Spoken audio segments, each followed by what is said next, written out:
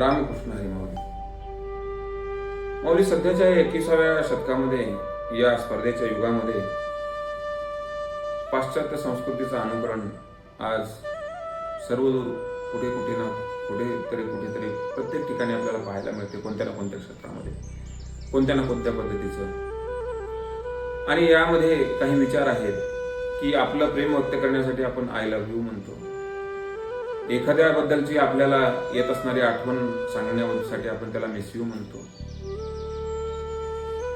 म्हणजे हेच सांगत असताना एका विचारवंतानं सुंदर असा विचार मांडलेला आहे की एखादा माणूस आपल्याला सोडून गेल्यानंतर त्याला मिस यू म्हणण्यापेक्षा तो सोबत असताना त्याला विथ यू असं म्हणा. कारण आपुलकीची माणसं या जगामध्ये मिळणं ही फार मोठी दुर्लभ गोष्ट आहे.